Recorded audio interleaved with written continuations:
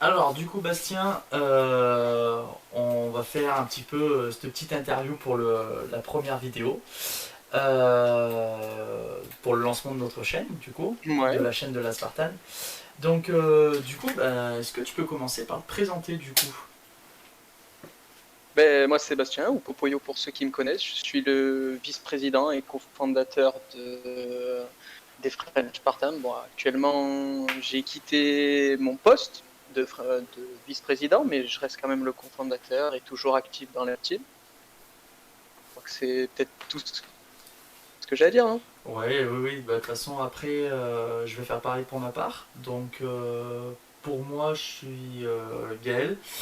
Je suis président de l'asso, donc effectivement aujourd'hui on fait cette petite interview parce que on a fondé la team tous les deux et donc malgré qu'aujourd'hui du coup Popoyo ait décidé de laisser la vice-présidence pour d'autres projets, bah, il n'empêche il est toujours là, il a fondé la team avec nous donc il reste là quoi qu'il arrive. Euh, du coup petite question déjà, pourquoi l'airsoft? Qu'est-ce qui t'y a fait venir? Tout d'abord, c'était avec la première équipe que j'avais rencontrée. Bah, c'était un ami qui m'a fait un petit peu rentrer dedans. J'ai toujours été un petit peu fan de voilà, tout ce qui est film d'action, armes à feu, etc. Je voulais voir un peu quelque chose autre que le paintball, qui est voilà, faire de la peinture. Je me serais mis directement à l'aquarelle, mais voilà, là c'était plus intéressant. Du coup, en essayant une première fois, voilà, une cohésion d'équipe, quelque chose vraiment d'intéressant. Avec un partage de vraies valeurs. Voilà, je pensais pas que ça soit autant bien encadré, autant fun.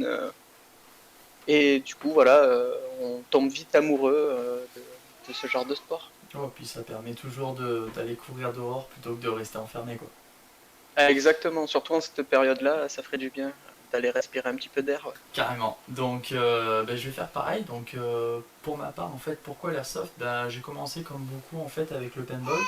Donc, j'ai fait du paintball, location. Après, vraiment, on va dire un peu plus sérieux. J'ai même fait type compétition pour ceux qui connaissent un peu euh, de speed. Et ça me plaisait. Je vais pas mentir. Par contre, ça avait un coût qui était très très cher. Et j'avais entendu parler au fur et à mesure de l'airsoft qui est arrivé donc après, mais qui commençait à devenir de plus en plus réputé. Voilà, on en entendait de plus en plus jusqu'au jour où j'ai eu l'occasion de passer le pas. Et puis voilà, j'ai acheté ma première réplique. Puis finalement, après, j'ai trouvé une première partie. Et puis de là, après, j'ai fait un petit peu le yo-yo entre paintball et airsoft. Mais finalement, je suis resté sur l'airsoft pour la façon de jouer, le fun. Et puis, puis il y a un joli coût financier aussi. Parce que voilà, on a quelque chose d'accessible. Et puis pour pas trop cher. Donc ça, c'est à prendre en compte, je pense. Pour tous ceux qui se demandent un petit peu, qui veulent commencer, c'est plus facile, quoi. Je pense que tu es d'accord avec moi, du coup. Ouais, complètement. Et puis si on aime la peinture, on fait de l'aquarelle. Et salut à toi. Alors la première chose que vous pouvez faire, c'est soit faire tout le nuancier de couleurs de votre palette, soit d'une ou deux couleurs pour vraiment cerner un petit peu comment ça marche. Ouais, c'est ça, ouais. J'aurais bien envie quand même de te tirer deux trois billes un peu quand même pour ça, mais bon. Allez, du coup, pourquoi monter une team en fait? Qu'est-ce qui t'a fait dire alors moi je m'en rappelle, mais je pense que les gens se demandent pourquoi voilà on se dit allez là ce coup-ci on se lance, on fait une équipe. De base, on était dans une première équipe qui fonctionnait pas mal. On était vraiment entre amis, c'était super bien et ça s'est un peu freiné. On faisait plus de parties, il y avait plus rien qui était organisé. Et on est arrivé à un point où on s'est posé la question soit on rentre en freelance à essayer de partir faire d'autres équipes pour essayer de jouer, soit on reste entre nous et on monte quelque chose ensemble avec notre cohésion qu'on avait déjà pour faire quelque chose peut-être de plus grand et surtout à notre image en fait. Voilà, quelque chose qui nous ressemble à nous. Ok. Et puis voilà, l'idée c'est présentée et on a fait ça ensemble quoi. Ouais, je suis content de voir parce que c'est les mêmes, finalement les mêmes motivations, puisque du coup, à cette époque-là, comme tu disais, on avait le choix à faire entre soit partir en freelance, soit rejoindre une team existante, soit monter quelque chose. Et au final, c'est vrai qu'on s'est dit on pourrait peut-être monter quelque chose forcément à notre image, puisque du coup, quand c'est toi qui crée l'équipe, tu peux faire, tu as la liberté de faire un peu ce que tu veux. Mais du coup, voilà, on a dit on va essayer de faire quelque chose avec une cohésion et on va dire d'amener l'airsoft un peu comme nous on le voit. Donc c'était, enfin, je sais que quand on avait pris cette décision, c'était vraiment ça qui avait fait passer le cap, quoi. Du coup, ce qui m'emmène aussi à la question à l'époque, est-ce que tu te rappelles pourquoi on est passé sur une association? Bah, ouais, je me rappelle, on s'était posé la question de soit on faisait quelque chose un petit peu comme il y avait avant d'avoir beaucoup d'associations d'airsoft, c'était soit à l'arrache, voilà, donc on monte des trucs, c'est vite fait, soit on fait quelque chose de vraiment plus carré. Après, je pense aussi pour l'assurance, on avait pensé à ça, c'était intéressant de pouvoir être protéger les gens et rendre ça accessible. C'était voilà, une structure qui pouvait voilà, nous faire quelque chose de carré et avoir une image un peu plus professionnelle plutôt que vraiment deux, trois types en treillis qui se tirent dessus dans la forêt. Alors, essayer de faire quelque chose de plus carré, quoi. Oui, je suis d'accord. De toute façon, après, comme, comme tu dis, c'est marrant parce que je vois qu'on a les mêmes. Finalement, on a les mêmes souvenirs quand on a passé le cap. C'est que moi, je me rappelle que le premier truc que j'avais dit, c'est ok, mais par contre, il faut qu'on ait une structure avec une assurance, quelque chose de bien carré. Et en fait, ça, bah, c'est l'avantage de passer en association, c'est qu'au moins, en tout cas, surtout quand on reçoit des joueurs, il faut qu'ils soient protégés. Quand on se déplace, forcément, généralement, on va dans une association ou même chez un professionnel, donc lui, il a déjà ses assurances. Par contre, nous, quand on vient jouer, si on n'est qu'entre nous, ben, on n'avait aucune couverture et c'était pas possible. Donc, non, mais du coup, c'est marrant de voir qu'on a les mêmes souvenirs. Euh, du coup, au fur et à mesure des événements qui s'est passé, puisque du coup on a créé, on va dire, la team, puis ensuite l'association, puis on a dû prendre ces décisions-là, ce qui nous emmène aujourd'hui à, du coup, bah, la fameuse chaîne YouTube. Et qu'est-ce qui pour toi en fait a fait qu'aujourd'hui on en fasse une, quoi, que ça y est, on se lance, qu'on dise allez, ça y est, aujourd'hui on fait quoi. Ben, c'est vrai que ça fait vraiment un moment qu'on en parle, qu'on regarde de partout tout ce qui se fait, étant fan de ce que tout ce qui est vidéo de la track et d'autres teams. On a envie de se pousser là-dedans, de faire connaître notre jeu, notre plaisir à nous, en fait, le partager aux gens pour véhiculer nos valeurs, les plaisirs du jeu, le plaisir de la vie. Et voilà, en fait, c'est juste partager notre bonheur à nous et peut-être essayer d'attirer d'autres mondes, des gens qui n'osaient peut-être pas se lancer dedans par peur, par crainte, tout simplement tous ceux qui ne connaissaient pas, voilà, rendre ça accessible et voilà, s'amuser tout tout en rendant ça possible pour d'autres personnes. Yes, bah, de toute façon, après, alors moi pour ma part, je sais que donc ça rejoint pas mal ce que tu as dit, mais je sais que avec le recul, en fait, quand je regardais les vidéos qu'on postait quand on se déplaçait, je me disais, bon, ça, c'est sympa parce que du coup, ça nous permettait de partager les événements qu'on avait passés. Mais je me disais, tiens, c'est dommage ce moment-là, on comprend pas telle personne, en fait, elle a fait telle action qui était sympa, ou alors justement, c'était marrant. Et tout ça, en fait, on ne comprend pas. Si on l'a vécu, on le comprend, mais sur la vidéo, des fois, c'était pas très clair. Et je me dis, c'est dommage, en fait, ça manque vraiment bah, voilà, d'un petit cran dessus. Je veux dire, quand on regarde une vidéo, on a plein de chaînes d'airsoft qui sont connues, je pense notamment à la Track ou à Tactical Messine Typhon. Voilà, quand on regarde une vidéo chez eux, on comprend de suite ce qui se passe ou quoi que ce soit. Et moi, c'était ce côté-là de me dire, bah, de partager aux gens, mais quand même avec un petit cran supérieur sur les vidéos qu'on avait actuellement, avec un petit truc en plus. Voilà, toujours dans l'histoire partagée, parce voilà, les événements qu'on a pu faire, on a eu des bons moments, on a rencontré de bonnes personnes, on a vu des super bons lieux, mais c'était surtout ce côté de partager, mais avec un truc un peu un level up en fait. C'était surtout ça. Ouais. Du coup, ça m'amène sur encore quelque chose qui est venu se faire après. En fait, ça c'est au fur et à mesure qu'on a avancé dans les projets de l'équipe. on a ouvert, enfin ouvert, c'est un grand mot, on a créé en fait un petit shop Teespring. Alors toi Bastien, qu'est-ce que tu penses de ça? Enfin comment voilà, comment c'est venu et qu'est-ce que tu en penses? Euh, Après, on avait déjà commencé à réfléchir à ça, c'est-à-dire, voilà, on aimerait véhiculer notre équipe comme une petite marque, une petite reconnaissance qu'on a entre nous. Voilà, essayer d'avoir, comme on a à l'instar notre tenue d'équipe, avoir quelque chose où on peut se déplacer, se reconnaître entre nous, ou être reconnu par d'autres personnes, un peu comme un maillot de foot, voilà, et c'est vraiment intéressant pour une équipe d'avoir ce système-là qui permet certes d'apporter un petit peu d'argent à l'équipe pour l'aider à avancer, à monter de nouveaux projets sur le terrain, puis comme ça récompense voilà, les membres d'avoir toujours un petit bout de leur équipe avec eux, même si c'est juste un porte-clés, que c'est un pull, un t-shirt. Ça permet voilà, d'avoir toujours son petit French Spartan avec soi.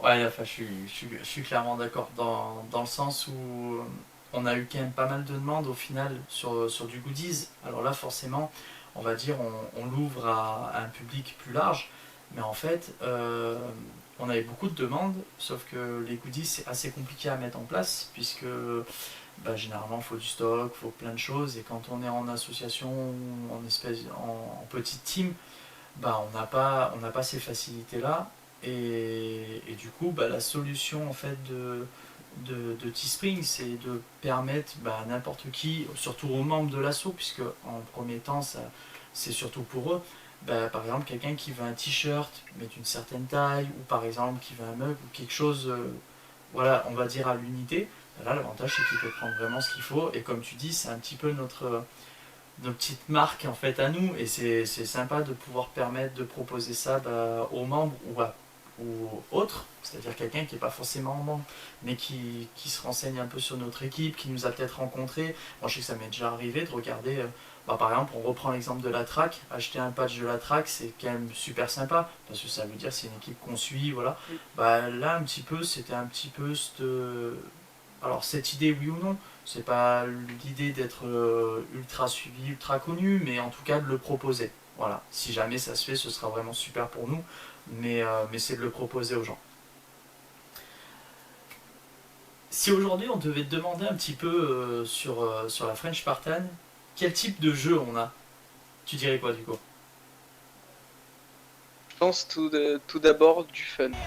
Tout d'abord, voilà, vraiment du fun où on reste dans les règles, mais avec notre mode de jeu, notre philosophie, où vraiment on est dans quelque chose où tout le monde a sa place.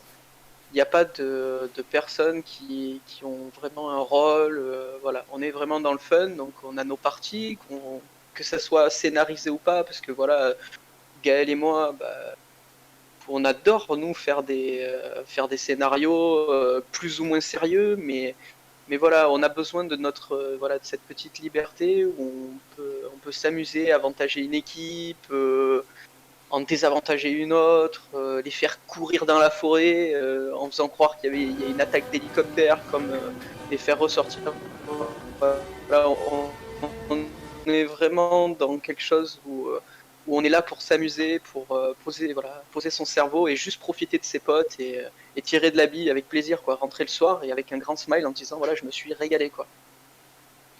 Ouais, je pense au coup de l'hélico, c'est quand même, enfin voilà, pour ceux qui veulent, qui sont un peu curieux de l'histoire, donc l'hélico en fait, on était sur un scénario et en fait, il y avait une équipe qui prenait un peu l'avantage, mais en fait, on a toujours fait en sorte que le jeu, voilà, comme dit Bastien, ça reste fun et un plaisir. Donc c'est-à-dire qu'il y a des objectifs dans les deux cas. Si on a une équipe qui va, on va dire, commencer à réussir ses objectifs, mais que ça en devient carrément à que l'équipe en face soit dégoûtée du jeu et qu'il soit par exemple à deux doigts de partir, c'est quelque chose qu'on n'a jamais accepté. Qu'il y ait une équipe qui gagne la partie, il n'y a aucun problème. Par contre, qu'il y ait une équipe qu'on a à un point où elle est dégoûtée de jouer, c'est pas possible.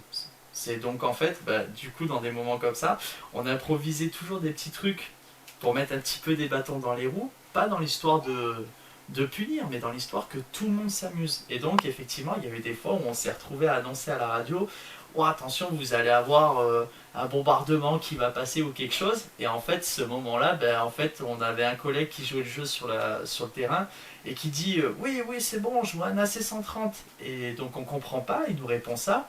Et puis il dit si, regarde là. Et en fait, il pointait du doigt le ciel et quand on regarde, on voit les traces de fumée d'un avion.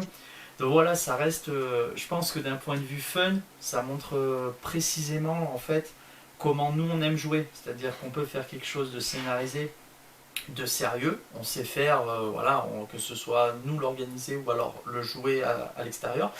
Mais par contre, il faut que ça reste fun. L'airsoft, ça reste un loisir. Alors, un sport, c'est en train de se faire, ok, il n'y a pas de souci non plus, mais ça reste voilà, faut prendre du plaisir. Sinon, pour moi, c'est quelque chose de raté. Donc voilà, je reprends franchement l'exemple de l'avion parce que je me rappelle, ça m'en fait encore rire. Je pense que je te vois sourire aussi, mais c'était vraiment super. Donc, et puis si la personne regarde la vidéo par la suite, elle en rigolera aussi, je pense. Euh, pour continuer un petit peu dans cette partie-là, pour l'association, voir l'équipe, qu'est-ce que tu vois pour l'avenir, toi? On va dire les projets que tu penses que pourrait avoir la team pour 2021 ou voire plus loin.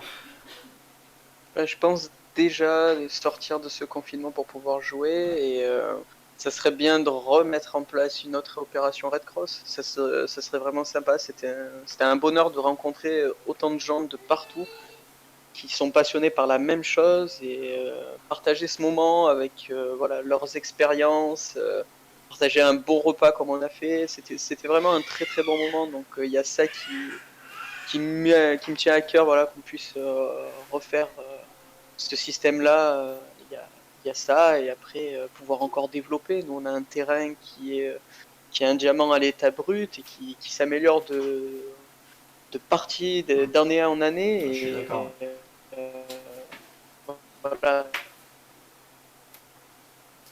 ça serait vraiment le maximum quoi. Vraiment pour moi, ouais. Non, mais je te rejoins totalement là-dessus. Je pense que pour ceux qui verront au fur et à mesure de la chaîne, du coup, l'opération Red Cross qui a été, on peut le dire, je pense, Ouais. une réussite. Franchement, je pense que il y a toujours des axes d'amélioration, ça, il n'y a pas de problème, on en est conscient, mais je pense que pour la première, c'était franchement bien. Et oui, enfin, je pense qu'on peut prévoir une opération Red Cross 2.0. Alors, quand, malheureusement, c'est très compliqué à dire maintenant avec du coup, là, actuellement, on est sur un second confinement. Enfin, ça reste une période compliquée pour faire des plans à long terme. Mais par contre, c'est sûr qu'il y aura un moment où ça se fera. Et donc, en plus de ça, là, on va dire, c'est plus le côté joueur qui a été mis en avant. Moi, d'un point de vue association, d'un point de vue équipe, projet d'avenir, pour moi, ce sera un partenariat.